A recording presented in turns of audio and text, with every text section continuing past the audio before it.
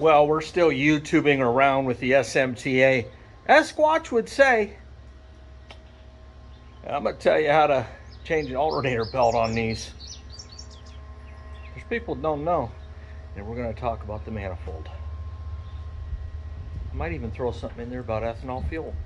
Hit that subscribe button.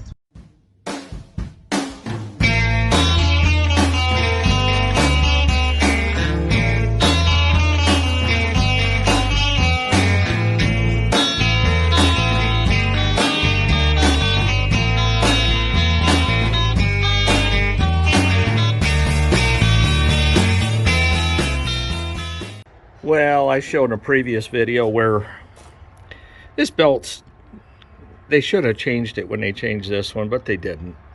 And it's dry rotted.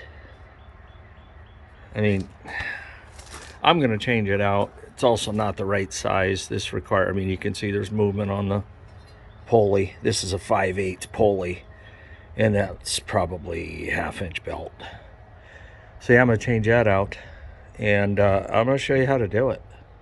Okay, so you hardcore Farmall guys, just stand by to stand by. If you've never done this before, that's an inside belt. Okay, right there.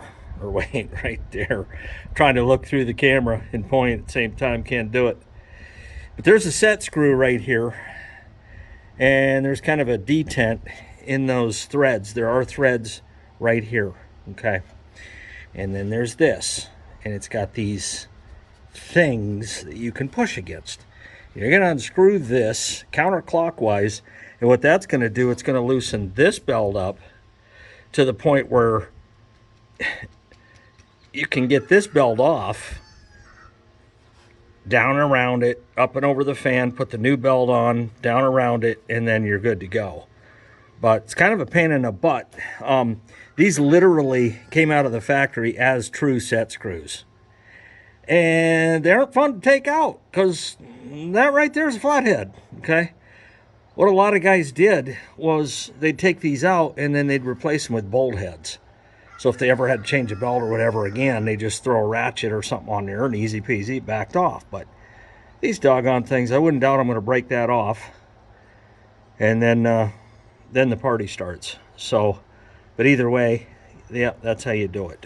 Well, I've got this loosened up. I've got both these studs pulled out. It's below there, but then I got a support here. Hopefully that holds. If not, I'll have to get something better, but I think it'll hold. I really do. Let me show you what I've concluded is this. This is a really good substrate. I mean, that's gonna take paint like a champ, and it's about 80 degrees out right now, and I'm not trying to be a professional. I'm just trying to get paint on there for a few years. And even the semi-gloss ultra high heat stop rust heat up to 1200 degrees. Even this stuff, you'll only get about probably 2-3 more years out of that than you would just regular paint. I'm pretty sure out of the factory they just painted these red, and when the paint dried and peeled and overheated and went away, it went away and looked like the manifold that I have on there now. So I'm going to throw some of that on there because the exhaust pipe's black and so is my muffler, so it'll all match. Well, there you go. That's 3 coats on there, high temp paint. And I got my plug in. I don't know, I think it's pretty good. Got the old manifold off, and she dirty. No surprise there. And like I said, 4 studs, bloop. And the outside 2 came off easily. And boy, I am certain that's a factory gasket right there, just crumbling down. But I'll get this all cleaned up and stuff. But let me show you something on the manifold I just pulled off, and it made me laugh, and then I went and looked at the book, and then I didn't laugh anymore. All right, so that's the one that's going on, the new one, and this is the one I pulled off. Okay, I'll get that stud out of there, which I will do right now by hand, so I can put the carb back onto the new one. But anyways, okay, you look here, okay, there, and then not on the outside, okay. And when I pulled this off there, I said, man, there's only 4 washers. Takes like a 1/2 inch washer. And I says, well, no surprise, you know, more shortcuts. And so then I come over here and I looked at this one, and the other one doesn't for washers. Okay, so I thought, well, he didn't put any washers on there because there's no spot for one. And then I went and looked at the book, and this one's correct. This takes 6 studs, 6 nuts, and 4 washers. So how this one ended up, this must be a later model manifold. Say for like, I don't know, a 450 or something. It's possible that this come off, you know, a later model than you know, a 54, because it doesn't call for outer washers, but this one needs them because it definitely has it's recessed right there. And I've seen it to where guys try to put the washers out here incorrectly and they don't fit, so they'll grind down, they'll make a flat side to the washer to make it fit, and really this one here, it's only 4 washers. So yeah, I thought that was interesting.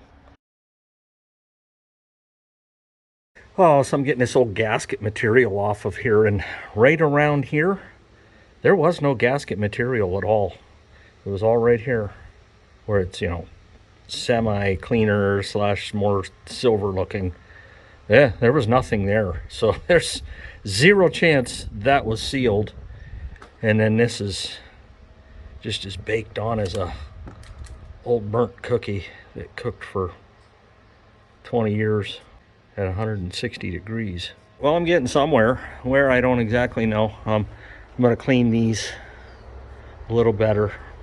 And what I've used to clean pretty much everything around it is chain cleaner. Emulsifies and removes dirt, grime, and build-up grease. Spray on and rinse off. Yeah, I rinsed off with the same stuff I sprayed on. Chain cleaner. And then just used blue rags and wiped her on down. But yeah, this is all looking the way I hoped it would. And I got to get 2 outside washers now that I see that the manifold requires them. That's no big deal. I'll expedite them, but I'm not going to be comfortable not assembling this the way it needs to be assembled perfectly. Oh, I'm suffering a first world problem. Thinking about like maybe taping this off right here, and from here down painting it red. I mean, the hood, you know, gonna be cut off right there anyways for the most part, but if this is red, then it'll match the red carburetor. I don't know, I'm probably thinking too much into it. First world problem. Here's some food for thought. Here in my hometown, I have ethanol free gas that I run at all my tractors, chainsaws, lawnmowers, etc. And it's a standalone pump. But I've been to certain towns where, like here you have 87, 89, 93, and then maybe over here you'd have 90 octane ethanol free. Well, let's see, you got the pump there and the hose goes clear up and then down into the tank. Most people, when you're sharing a pump, aren't using the non-ethanol. That first gallon, half gallon to a gallon that you pump into your little 2-gallon can is probably ethanol. So if you do have a shared pump, put the first gallon in your tank and then the rest in your can. If you've been using ethanol fuel on a shared pump and your lawnmower or chainsaw or whatever ain't running right, that could be the reason. So to remove the studs, this is a universal stud puller. Really good if you've got plenty of room. I noticed a couple of you were like, why didn't you get an extension to pull the nuts off the studs? You can't knock success, man. What I did either worked or it didn't. I mean, really, dude. So, metric stud, 1/4 inch to 3/4 inch. I'll probably just use this. This is what I'm familiar with, but yeah, I have a backup set just in case. Now, it says stud removal set, but it should have two names because it's also a stud installer set. You install with the same thing that you use to remove it. It's the same tool. And you'll see when I go to do it, the coarse thread go into the engine block, and out here it'll be, there's like a spot here without any thread, and you know, most of the, where the stud installer at that point, it will have evolved into an installer. It might get some of these threads just below this smooth part, but they're unused threads. You know, I mean, if you can imagine. But yeah, and somebody was like, you know, why can't you just use the old studs? Well, you can if you want to run a risk of these breaking off on you eventually. And if you bought new ones, why would you ever use the old ones? That would be my question. I may have to throw a little bit of heat on these if they don't decide to back out on their own. I've had a couple days now where, again, I've hit them with PB Blaster, and that's going to help somewhat. But if I have to throw heat, and you do not need to get the big blue wrench out. You don't. Just a little propane torch, heat them up, let them cool down. They'll expand as they heat, cool down, and then, you know, generally speaking, that works if you have a hard time in general just getting them out.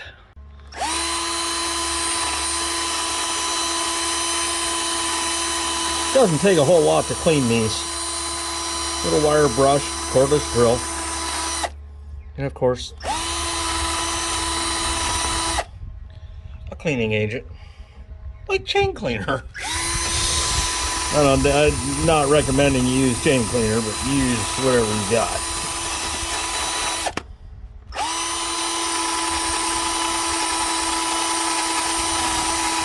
Trying not to get anything down in the hole. It's in the hole. Bill Murray. He was here, that's what he'd say.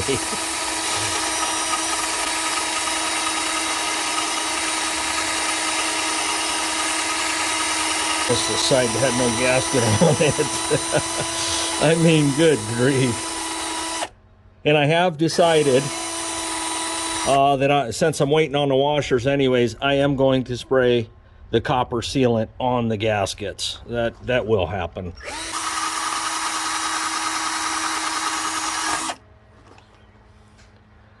Yeah, we're getting there. And I can actually tape this off and paint around it.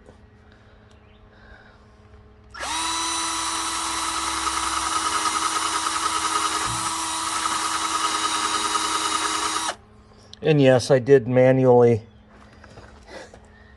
do some wire brushing as well, so I didn't 100% take the shortcut.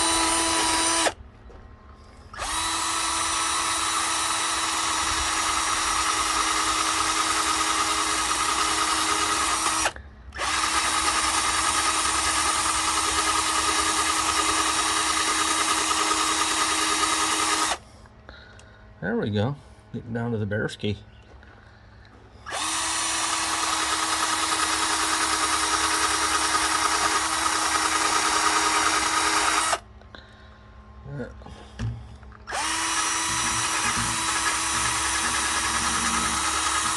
And anything that goes wrong, I have not forgot about. Blame a viewer. So just remember. You act a fool, you get the blame.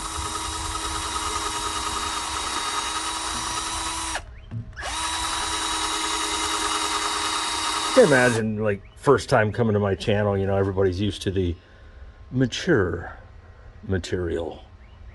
And then they come to my channel, first video they see, they get blamed. I figure if I'm not going to blow up as a channel, subscriber-wise, I'm going to at least have fun. And that's a fact. I think we got them pretty clean. I mean, Stained, yes, but smooth and clean and ready to go. You know, I'm not seeing pitting or anything like that, but I think that copper will help, that copper sealant. Well, I'm gonna pull the plug, and I'm also gonna pull these studs, and that's gonna be in the next episode. Pull the studs, install the new ones, spray the gaskets, install the manifold, get the exhaust pipe on, the smoke chimney, fire this thing up. Probably be ready to go to the field. I'm gonna show you how to torque if you don't know already. Boom.